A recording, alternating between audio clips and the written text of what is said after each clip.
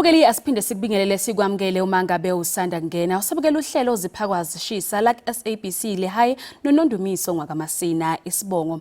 Amaciko ehlukene kanye nabasembonini yeziqeqeqo izizungu bebebuthene ndawonye ukuzohlonishwa ingqalabutho yomsakazi owazakhela igama ubaba uWelcome Nzimande owaziwa kakhulu ngelikaBhodloza.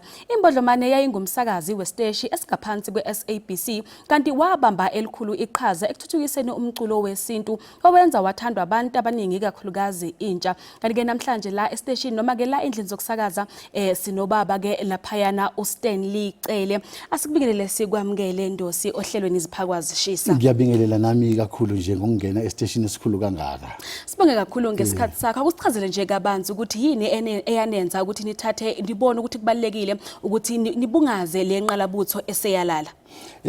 Ikakhulukazi iciko lethu nePhuze Chemistry Foundation. Ubaba uBhodloza ube umsakazi isikhathi eside. Kodwa imisebenzi kaBaba uBhodloza ayibanga ukuthi nje uzosakaza kuphela. Waphinde wacabanga nangamaciko akhulayo. Wakhulisile amaciko njengophuze Chemistry owashela imhlophe ngingabala nabanyeke. Nomfazi omnyama wamthola emthola ngokubheka lamathalente afana nalawo. Kodwa ke kukonke noma sikwenzile okuncane kwakhe sike sakhetha ukuthi kulonyaka ake senze indumezulu yomcimbi oyoba ukhumbula ubaba uBhodloza ngenyanga yamaciko kaSeptember.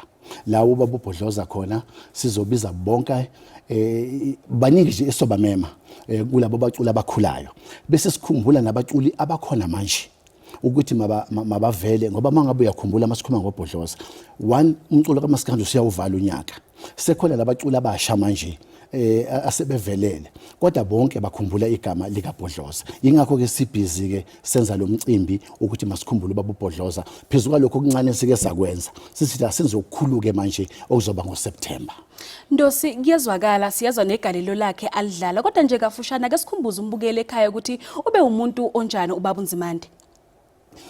uBhodloza into ebehlala ikuye ubekuthanda ukusakaza ngoba masikhumbula ubaba uBhodloza umculo ngama-80s okwangawona umculo odumile lo umbhaqanga noma umculo kaMaskandi wajabula kakhulu enikwa lelo hlelo wathi ngithola iplatform ke manje mangilapha emsakazweni kusewe Radio Zulu ukuthi ngikhuphule abaqembu lawa amancane ngiwenze aziwa. Uma sikhuluma ngoBlack Mambazo ubesondele kakhulu kuwo. Sikhulume ngoSoul Brothers ubesondele kakhulu kuwo. Njengoba ngishilo ukuthi uBhodloza ukeyoba ube nomehluko kubasakaza abakhulu ngoba kubasakaza abaningi ngoba ubethi mangabe engena uhlelweni ubengasakazi nje kubo kuphela kodwa ubecabanga nangamathalente. Ukhona umbukeli obuke njengamanje mhlambe naye ofisayo ukuthi abe yingxenye yalomcimbi iziphi ezinye izinto ezobe sikwezenzeka kulolu suku? Angifuni uqamba amanga okoqala nje sizoba negaladina. Igaladina sihlelele ukuthi sibize bonke abantu ebebesondelene noBhodloza ukuze bakhulume ngaye. Ngoba uBhodloza ushone uhambe emhlabeni ngesikhathi seCovid. Engcatshwa abantu ababe baliwe ukuthi bangadlula esibaleni esingaka. Kodwa mawulandela igalelo lakhe uyabona uBhodloza bengafanele angcatshwe abantu abangakho. Kodwa ngesimo esasikhona ezweni kwakufanele. Manje sizama ukukhumbuza abantu ke ukuthi uBhodloza noma igama lakhe lingapheli nje njengomuntu owenze igalelo elingaka emhlabeni wonke. Kuyezwakala ukuthi umbukeli uzothola ithuba lokuthi naye abe khona kule ndumezulu yomcimbi enohlelayo njengoba uqhaza kabanzi ukuthi ke igalelo lakhe alidlale kakhulukazi kubaculi bakaMaskandi abadala bebelokhu bakhona kulomculo nabaculi abasha njengoba bezoqhubeka mhlambe ke mangabe khona amanye amagama abaculi mhlambe abavelele ongasitshela ngabo namhlanje ukuthi bazobe bekhona. Noma kanjani ngeke ngabi khona yini uPhuze Chemistry esihlele nayo le event.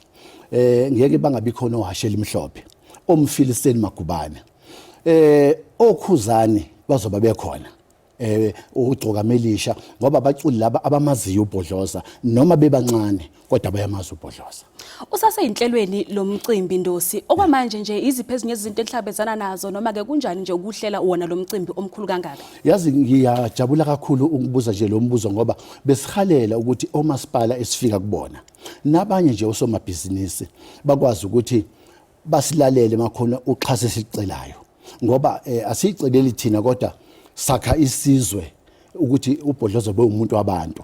Namanje bengithi nje ubaba nje khona ubaba ekuthiwa ubaba uMpanza onomasingcwabisane, ubaba uMpanza usemandeni. Usiqalile ukusifaka isandla okukhomba ukuthi iyaphambili ingqola. Siyazi ke ukuthi igalelo lakhe uye walithinte kakhulukazi kubaculi bakaMaskandi bebekhona kucala, kodwa ke manje siyazi ukuthi uye igalelo lakhe liye laba likhulu kakhulu ekuqinisekiseni ukuthi uqhubekisa umculo kaMaskandi. Yini mhlambe ngokucabanga kwakho intsha engayenza ukuqhubekisa umlando kaBhodloza?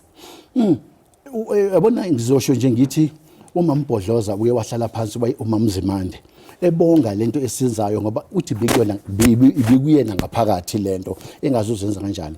Besifisa ukuthi lokho esikwenzayo kungabe isiqalo nesiphetho kodwa kuqhubeke kuye phambili ngoba baningi abaculi abancinile kubabuNzimande. Manje besithi ke mhlawumbe besifisa ngempela ukuthi kungabe into ephelayo kodwa mabe into eqhubekela phambili njalo njalo. Sesiphetha nje Ndosi, yini mhlambe engenziwa ukuqhubekisa ukuthi kubonwe lo mlando elaphayana kaNzimande? Ukuthi inhlangano ezithile njengo Arts and Culture nenhlangano ezithile nomasipala mabasincedise ngoba nathi sifuna ukuvumbula abanye abantu ngokulandela ikhono likaBhodloza, silandele abanye khona emakhaya ukuze lethi ihlale ikhona ingapheli. Uqinisekisa akukho kunye engikushile ngaphambi kokuthi siphethe Ndosi? No, akukho ngoba ngijabula kakhulu nje mina ukuthi inhlangano kaSABC isupport lento njengoba ngila namhlanje. Ukuveza ukuthi umuntu owenza okuhle niyamlandelela. Njengoba ngingibizile namhlanje ngikhona la, ngicabanga ukuthi konke esikhulumile kuzoba njengoba kunjalo. Ngibonga nemibuzo yakho emnandi yokwakha. Ndosi, bengithi ngiyayivala kodwa ke sichubeke kancane ngoba ngiyacabanga ukuthi ukhona umbukeli ekhaya njengamanje othi ngiyafuna ukuya kulo mcimbi, ngiya kanjani, ngixhumana kanjani nani, uzobukuphi lona mcimbi? Okay, umcimbi ngesifiso sethu ukuthi awube sendaweni evulelekile. Besiuhalela ukuthi ube sendaweni enjengeMabhida. Sisalungisa lezo inhleloke. Besifisa ube seMabhida. Kodwa ngicabanga ukuthi mhlambe uhlelo olunjengayolo ngingaphinde ngibizwe sengizoqinisekisa ukuthi ukuphi ngempela. Ubuvezile ke ukuthi kukhona abantu mhlambe bafuna ukuthi babe yingxenye noma bafaka isandla kuwo lona lo mcimbi. Baxhumana kanjani nani njengenhlangano noma ke njengani abantu eniyimisele ukuthi niqhubekise ngokuhlonipha igalelo likaBhodloza? Kuba inamba yami nje okwamanje bese siba neoffice lapha eThekwini ku Smith Street. Kodwa ukuthinta thina besingatholakala nje ngenamba enginayo njengamanje 073 852 8100. Ukubuya limuva kancane konje iziphi inhlangano enisebenzisana nazo okwamanje? Iphuze Chemistry Foundation, iciko lethu Arts and Culture. Ndosi, sibonge kakhulu ngesikhathi. Imini ngijabula kakhulu ngiyabonga. Bukeliwe SABC lihaye ohlelweni iziphakwa zishisa besikhuluma ke kabanzi ilaphayana nobaba uStanley Cele nobesichazela ngabanzi ngomsebenzi ozokwenzeka ukuhlonishwa kukababa uBhodloza. Umcimbi ke lona obhekwe ngabavu nokulindeleke ukuthi ke wenzeke esikhathini esingaqedi inhliziyo.